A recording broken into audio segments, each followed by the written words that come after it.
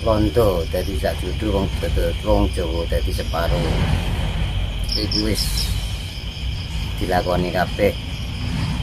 Yang dimaksud mungkin orang Cina sama londo jadi sak judu di Jawa, bersama-sama di Jawa, dan Jawa jadi separuh. Bahkan sekarang nggak ada separuh. Dan nantinya ada mayat-mayat tergeletak di mana-mana. Itulah ibarat Jawa itu tergeletak di mana-mana. Padahal Jawa itu kan luas sekali. Kadang orang Jawa yang punya hak Jawa pun nggak sampai kita mendapatkan untuk berteduh atau tinggal. Kadang banyak yang di pinggir kali, di pinggir di mana-mana. Ini kan karena itu tadi. Jadi ramalan-ramalan pujangga-pujangga sudah kita lewati semua. Jadi kita harus waspada, hati-hatilah.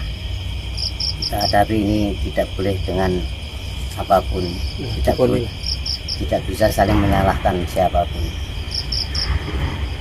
Karena ini ada pergantian zaman atau pergantian kiamat. Pergantian zaman atau pergantian kiamat, dan nanti akan terjadi bangkitnya Majapahit kedua. Bangkitnya Majapahit kedua berarti itu kerajaan. Mungkin kejawen Majapahit kan dulu yang bangkit dari timur. Jadi sudah terlihat sedikit-sedikit sinar dari timur itu. Kebangkitan Majapahit kedua adalah ini nanti mungkin akan terjadi. Karena bisa kami lihat dari situasi sekarang, mungkin kalau dilihat suatu alam mungkin ini juga patung geletak di mana-mana, dan memasuki satu wilayah lain mungkin ada izin, tapi ini peraturan, tapi dulu dalam kerajaan izin. Ini sudah agak kelihatan dikit-dikit. Maka kita pahami, maka terjadilah apa yang terjadi. Itu sudah kehendak Allah Subhanahu wa Ta'ala atau Gusti Kang Maha Kuwasa. Kita harus bisa ikhlas segalanya. Makanya kita harus mencari anak-anak muda itu, anak-anak generasi itulah penerus. Jadi jangan kiranya itu langsung diajari dulu, dituntun dulu dalam budi luhur, langsung keutamaan kebaikan, langsung nanti diisi dengan ritual-ritual keprihatinan, baru nanti diisi dengan kanuragan-kanuragan. Jadi nanti jadi satria yang pemberani dan jujur, ada pemimpin yang sejati. Kita harus membentuk seperti itu ajaran Jawa sejati. Jadi tidak hanya dari, kalaupun sejarah, kalau tentang perbal mungkin di sana sini sudah ada, di buku, di mana-mana sudah tahu ada. Tapi ajaran budi luhur harus kita tanamkan di generasi-generasi kita. Budi luhur langsung diisi dengan keteman kebaikan, lagi dengan ritual-ritual keprihatinan, langsung kanuragan menjadi satria, dan nanti akan menjadi satria-satria yang dinamakan akhirnya tasawuf Jawa. Tasawuf Jawa. Nanti kalau langsung nanti anak-anak muda nanti datang langsung nanti keilmuan mungkin goncang jiwanya, enggak seperti itu. Ini tanda-tanda kebangkitan Majapahit kedua. Bukan berarti kerajaan, tapi Jawa akan bangkit dari arah timur. Majapahitan. Ajarannya ya, Mbak? Ajarannya.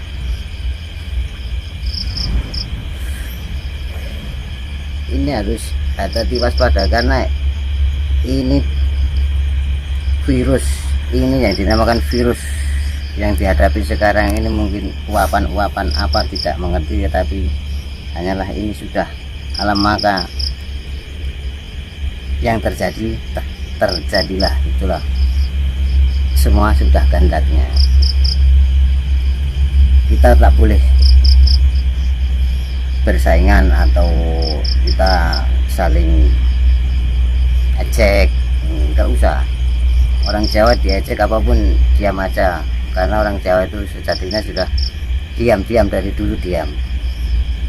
Kesaktian orang Jawa adalah diam tapi mencermati atau menghayati semua keadaan dihadapi dengan sabar dan mengalah. Ya, mudah-mudahan anak-anak generasi muda harus bina dengan budi luhuran dulu. Masalah keilmuan. Kalau kita gembar-gembor misalkan dari ajaran buku atau apa, atau dari buku, mungkin dalam toko-toko buku anak-anak muda sudah beli sejarah atau berbekal. Yang budi luhurnya ini yang harus dibinakan, diajarkan kepada generasi muda. Contohnya budi luhur apa aja, Mas? Ya perilaku, benar. Contoh aja berbagi pada orang tua berbudi luhur, nanti kebaikannya perbuatannya ke arah ke situ. Ritual keprihatinannya nanti prihatin dalam apa saja menerima. Kalau keilmuan nanti kalau sudah itu keilmuan atau kanuragan mudah masuk, mudah dipelajari, dan nanti kalaupun mau mendapatkan itu akan menjadi satria yang jujur. Karena ini Arjuna sudah menyiapkan panahnya, dan Kresna, mungkin Prabu Kresna yang sebagai kusir sudah menyiapkan kereta kencananya untuk berbaroto itu. Dan nanti musuhnya dia akan saudara sendiri, Adipati Soekarno itu dalam pewayangan, dan Kulena adalah Prabu Salyo. Jadi nanti mungkin arah panah itu penggalkan kepala Adipati Soekarno itu saudaranya.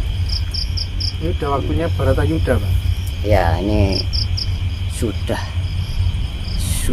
detik-detik Baratayuda dan mau dilambangkan dalam perang saudara ini. Tapi perangnya perang zaman sekarang mungkin ya inilah perang gak kita musuh. Perang gak kita musuhnya paling abot ini. Apa maksudnya? Misalkan ada juga ada salah, ini aturan ini dilanggar dihukum 1 tahun, tapi mengapa yang dipenjara dikeluarkan? Aneh kan juga. Waktu dikeluarkan malah maling ya, Mas? Iya, malah ini kalau melanggar malah penjara 1 tahun. Hari ini dikeluarkan, besok masuk penjara lagi, Mas. Ya itu anehnya ini. Makanya sekarang itu aneh. Ya enggak aneh, memang zamannya. Kita itu apalah, kita yang dinyanyikan tiap hari kan cuma bekal-bekal kematian, kiamat, kematian, amal kan itu toh. Padahal bekal kematian apa kan nggak mengerti. Carilah ke bekal untuk mati. Cobalah cari bekal itu apa, nggak mengerti kan. Bekal itu ikhlas, carilah ikhlas. Kalau sudah ketemu bagus. Mencari ikhlas toh, itu aja bekal itu. Bekal mati, Pak. Ikhlas toh, bekal mati. Yang kita bawa kan kita tinggal, yang ditinggal akan kita bawa. Contoh aja lah, Pak Karno itu yang dibawa, yang ditinggal.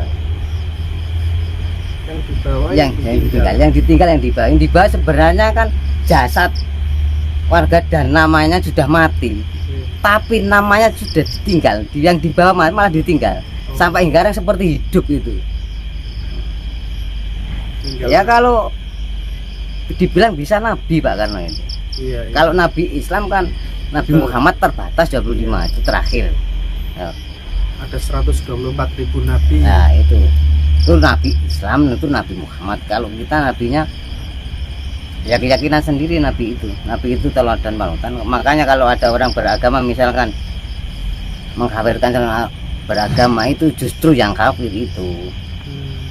Kembali ke dirinya sendiri. Iya, apalagi orang memusyrikan adat istiadat Jawa. Adat Jawa, istiadat Jawa, musyrik itu musyrik. Wah, itu sudah kelihatannya manusia mungkin bukan manusia itu. Karena kan budaya Jawa itu kan kunci ya. Dasar itu kan sejarah Jawa itu dasarnya. Jadi harus dikenang, jangan dilupakan sejarah itu. Budaya itu kunci Jawa. Kalau sampai lepas kunci kan sudah budaya Jawa itu. Makanya sekarang itu sudah canggih berdalil dari ini karena PAW berbicara dari ini kecerdasan otaknya kebanyakan orang gitu-gitu, keilmuan diberikan terus orang itu melakukan, apakah orang itu setelah melakukan itu akan tercapai tujuannya orang yang meminta itu kan. Sedangkan yang bicara mungkin belum pernah melakukan karena keilmuannya tinggi dalam pembicaraannya dalam ini semuanya kan. Ada juga orang yang bilang wah itu menjual ayat, enggak. Yang namanya menjual ayat itu ada buku ditulis itu namanya membuat ayat, menjual ayat. Akhirnya bukunya terjual, itu menjual ayat. Tapi kalau menjual yang namanya yang ngomong di mana di panggung itu wis ibaratnya penyanyi dibayar gitu aja, dia nyanyi bayar gitu, jadi nggak menjual ayat. Makanya namanya pengajian atau itu dimanapun tempat, biarpun di sawah, di pasar atau di atas genteng, yang penting isi kajiannya, isi pengajiannya itu. Kadang kita melihat sekarang itu yang didatangi kan bukan isinya, kadang orangnya, kadang lucunya, kadang kepandaiannya, kadang dalilnya, kadang enggak. Setelah lepas kita pulang lupa, karena lucunya, karena pandainya, karena pelawakannya kan gitu toh. Makanya salah kaprah menghayat dalam ayatnya. Mbak nek ten gini Jawa Pak ini Mbak wonten raca silake kuntul miber niku maksudnya pripun Mbak? Raca kuntul miber niku Mbak. Ya mokal nggak ada, itu aja sudah. Tipake kuntul miber, ya itu sudah ibarat mencari bayangan kita sendiri, megang bayangan sendiri itu. Boleh ono telapak aneh kuntul miber, enggak ada. Makanya ada pepatah, misalkan orang Jawa dulu, sing gawe balekke, sing utang nyaur, sing nyilih balekke, sing gawe nganggo, sing utang nyaur, sing silih balekke. Nah, sing utang budi pekertine wong Jawa kuwi ilang budi pekertine kabeh do balekno. Sing nyilih ya balekno, sing nyilih kopiah-kopiah gak dibalekno kuwi lak silian iki kopiah iku. Pakaiane wong ndi kuwi pinjaman itu. Pinjaman bukan pakaian Jawa itu, Pak, kembalikan lah. Sing gawe nganggo, sing gawe Jawa ya nganggo Jawa. Itu ya artinya orang-orang dulu tuh pas main ini sudah berjalan semuanya ini. Ramalan Jawa ini. Nantinya dari saya mungkin kinempet pari sinambung bumbung ini dari saya. Apa itu Mbak artinya Mbak? Dan nanti kapan mau mungkin ada Kenapa Mbak kinempet pari sinambung bumbung. Sinambung bumbung. Itulah. Ini tuh ada sesuatu nanti akan terjadi. Itu ketentraman tanah Jawa akan seperti itu, pulih jati uni Jawa sejati. Yang akhirnya tentrem ayam wasinawi kata orang Harjo Jawa itu. Ya inilah ada kebangkitan Majapahit kedua. Tapi bukan berarti itu kerajaan, tapi nilai-nilai kepanjaian itu ke Majapahitannya, Jawa ke Majapahitan dari timur itu sudah titik-titik terang. Ada wayang surem-surem sorotetan Padang dari Ngalis itu sudah dari timur, jadi matahari sudah sedikit-sedikit mau terbit.